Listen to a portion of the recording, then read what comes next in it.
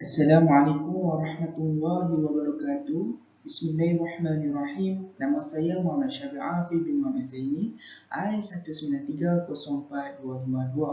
Saya merupakan salah seorang pelajar Ustaz Suhaimi bin Abdul Wafir yang mengajar hadis maudhu'i.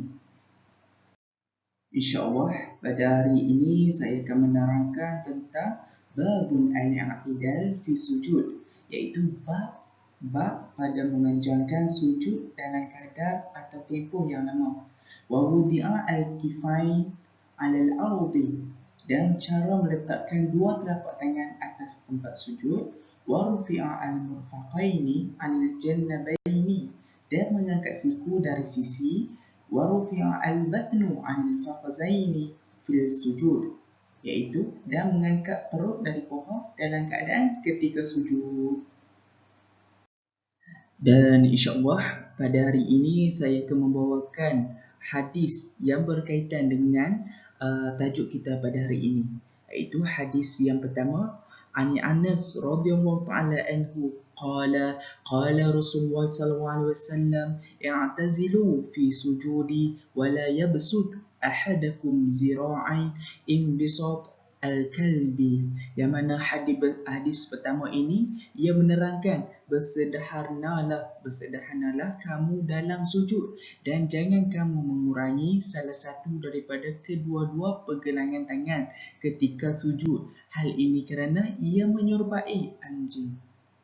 Okey, hadis yang kedua pula, Ani Syu'bah bihadza al-isnad wa fi hadis Ibnu Ja'far wa la yatabasat ahadakum zira'ain imbisata al-kalbi. Yang mana hadis yang kedua ini ia sama juga berkaitan dengan sujud. Dan hadis yang ketiga, Anil Bara' radhiyallahu ta'ala anhu qala Rasulullah sallallahu alaihi wasallam idza sajadat fadha' kafaika warfa' mirfaqaika. Hadis ketiga ini dia menerangkan bahawa apabila kamu duduk, dua telapak tangan dan mengangkat ketiak. Manakala hadis yang keempat, Ani Abdullah bin Malik bin Buhainah radhiyallahu ta'ala anhu anna Rasulullah sallallahu alaihi wasallam kana idza shalla farja baina yadayhi hatta yabdu bayadu ibtayhi. Yang mana hadis yang keempat, Rasulullah sallallahu alaihi wasallam apabila solat baginda akan mengembangkan, maknanya dia membuka di antara kedua-dua tangannya sehingga jelas melihat ketiak baginda sallallahu alaihi wasallam. Ini menunjukkan keadaan Rasulullah SAW ketika sujud. Baiklah, hadis yang kelima, Anil Ja'far bin Rabi'ah bihaza al-isnad wa fi riwayah Amri ibn Haris kana Rasulullah SAW idza sajada yujannah fi sujudi hatta yurawadahu bitayhi. Yang mana hadis yang kelima ini sama dengan konsepnya, tapi mempunyai huraian yang lebih panjang, iaitu ketika Nabi sujud, baginda akan dia akan membuka seakan sayap sehingga nampak jelas ketiak baginda sallallahu alaihi wasallam. Wa fi riwayat al-Laisi anna Rasulullah sallallahu alaihi wasallam kana idza sajada farja yadayhi ani ibtayhi hatta inni la ara bayada ibtayhi. Yang mana riwayat Lais, ketika baginda sallallahu alaihi wasallam sujud akan membuka tangannya seperti menjauhkan tangannya daripada ketiak sehingga ternampak keputihan pada ketiak Nabi. Yang mana ketika Rasulullah sallallahu alaihi wasallam sujud, dia akan membukakan ketiaknya, nampak jauhan daripada tangan ketika sujud. Hadis yang keenam pula, Anil Maimunah radhiyallahu ta'ala anha qalat kana Nabi sallallahu alaihi wasallam idza sajada law sya'at bahmah an tamaru baina yaday lamarat. Hadis yang keenam perlu dilihat bagi perkataan bahmah, iaitu dengan semangat untuk minta di antara tangannya saya berlalu, tangannya berlalu. Ialah hadis yang ketujuh dan hadis ke-8 juga. Ia menerangkan cara Rasulullah SAW sujud ketika solat. Yang mana kesemua hadis ini menerangkan perkara yang sama, yang membezakan dari segi huraian dan lafaz. Jadi kesimpulan bagi hadis ini, ia menceritakan tentang cara sujud Rasulullah SAW ketika beribadah dalam solat. Baiklah, insyaAllah saya akan menjelaskan tentang al-makna al-am. Yakni dalam slide ini ia menjelaskan berkaitan dengan sujud. Perenggan yang pertama, saya akan menjelaskan bahawa al-sujud akbar saurun al-ibadah. Yang mana sujud ini adalah gambaran yang terbesar dalam ibadah solat. Dengan sujud juga menunjukkan kita patuh, tunduk dan taat kepada Allah. Berdasarkan dalil Al-Quran pada surah Al-A'laq ayat 19, wasjud waqtarib. Yang mana bermaksud sujudlah dan dampingkanlah diri kamu kepada Allah dengan taat dan beramal soleh. Yang mana kita berbalik kepada fitrah kita, iaitu mengabdikan diri kepada Allah. Yang ni kita kena patuh dan taat kepada Allah kerana kita merupakan hamba. Jadi sujud merupakan gambaran yang terbesar dalam ibadah solat. Yang perkara kedua pula, ia menjelaskan Islam menggalakkan kepada umatnya memberikan sujud di dalam solat, membawa erti memanjangkan sujud dalam solat, menunjukkan zahirnya dan patuhnya kita kepada Allah dan juga menunjukkan kehambaan kepadanya, seperti mana bersujud meletakkan muka kepada bumi dan meletakkan dahi dan hidung sentuh kepada bumi serta merendahkan badan. Yakni seperti mana kita tahu, kita merupakan hamba, jadi perlu mengabdikan diri dan perlu merendahkan diri kerana Allah adalah pencipta kita yang maha tinggi.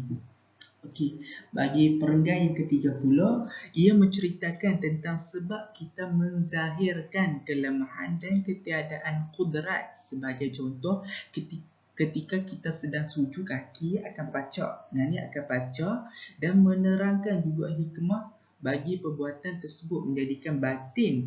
Yang mana menjadikan batin iaitu bagi kedua tapak kaki kita ini dan adalah hadapan ini adalah zahir, iaitu zahir. Jadi telapak kaki akan menjadi zahir. Jadi ketika kita sujud kaki, bagi telapak kaki ini akan menjadi zahir. Kita akan nampak, manakala yang di hadapan ini akan menjadi batin. Ini menunjukkan hikmah bersujud. Dan bagi slide ini juga saya akan memberitahu bahawa tentang mengurangkan pergerakan dan lemahnya untuk kita bangkit seperti mana kita sujud, dan lemah untuk kita bergerak. Lalu kita meletakkan kedua-dua telapak tangan dan jari-jari kita di atas tanah, maka tiada upaya atau kemampuan kita untuk bangkit. Ini menunjukkan kita merupakan insan yang lemah.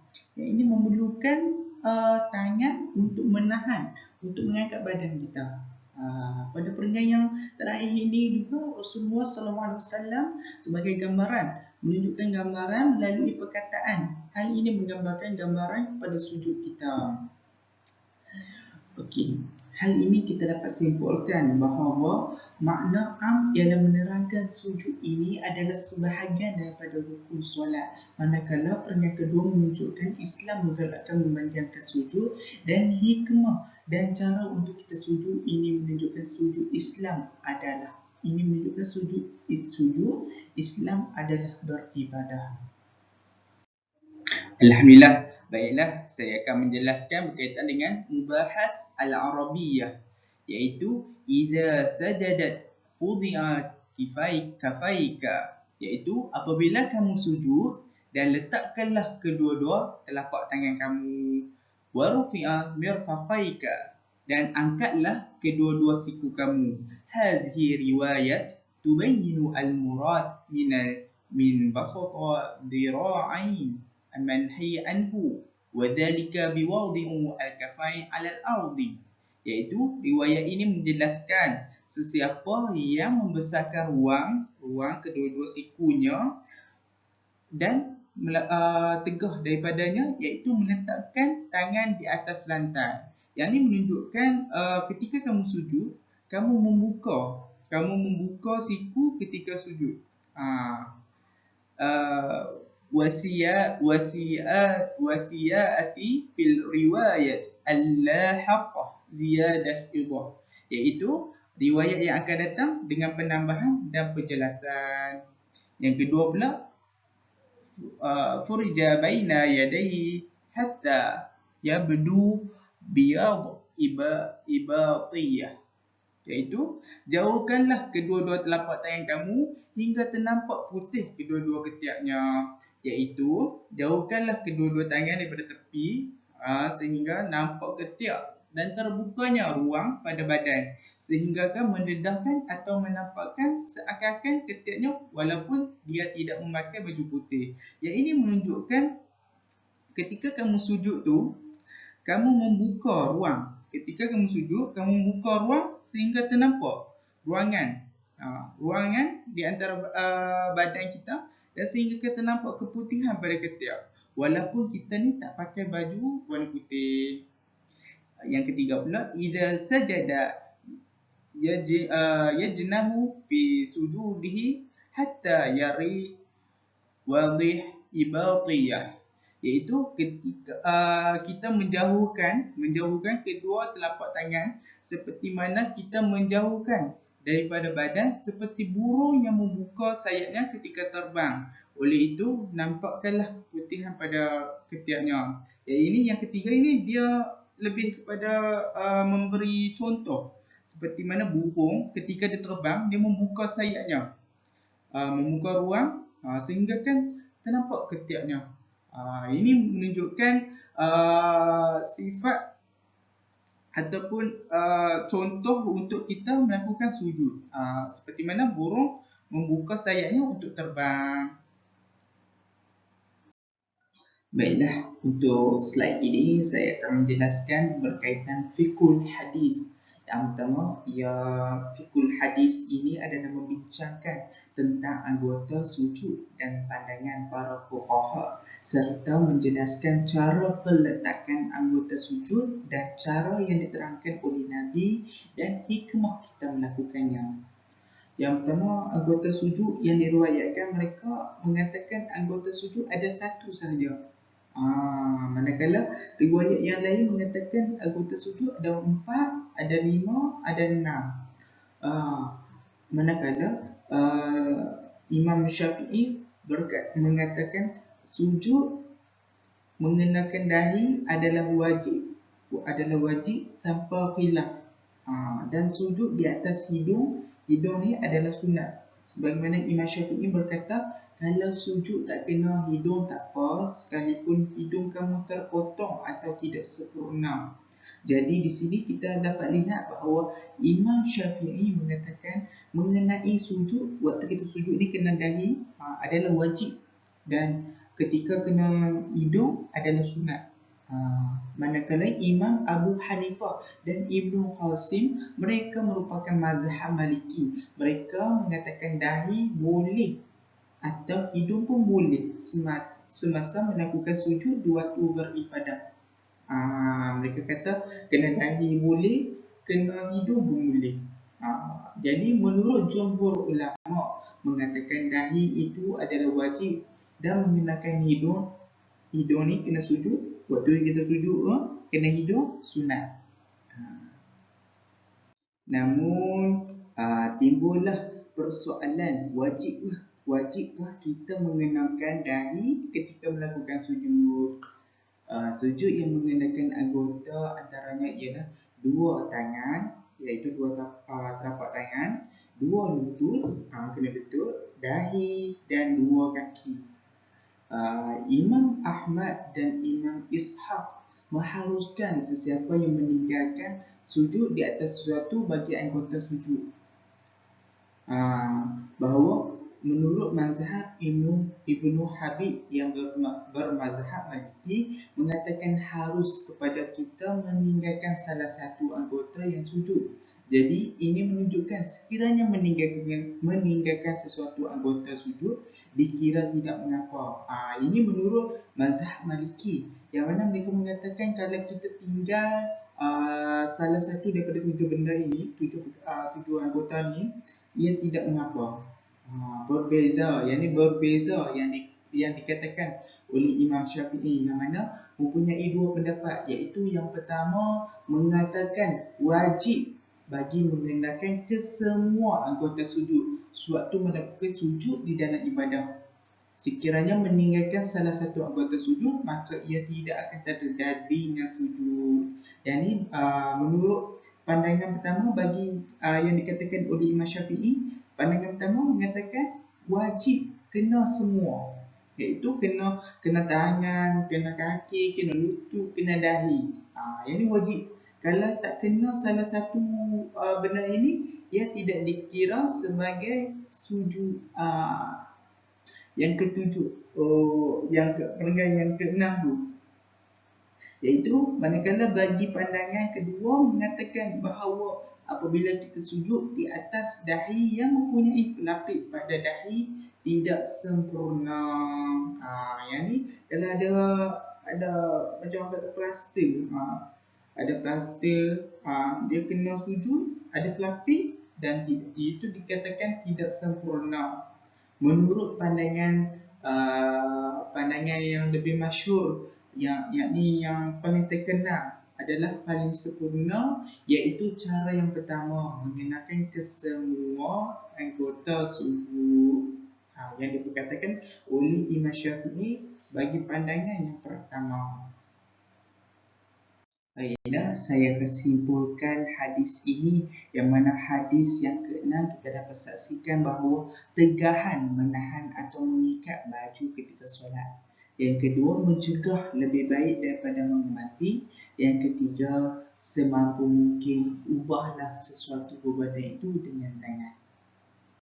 Syukran ala husnu istima'ikum. Assalamualaikum warahmatullahi wabarakatuh. Wallahu a'lam. Terima kasih.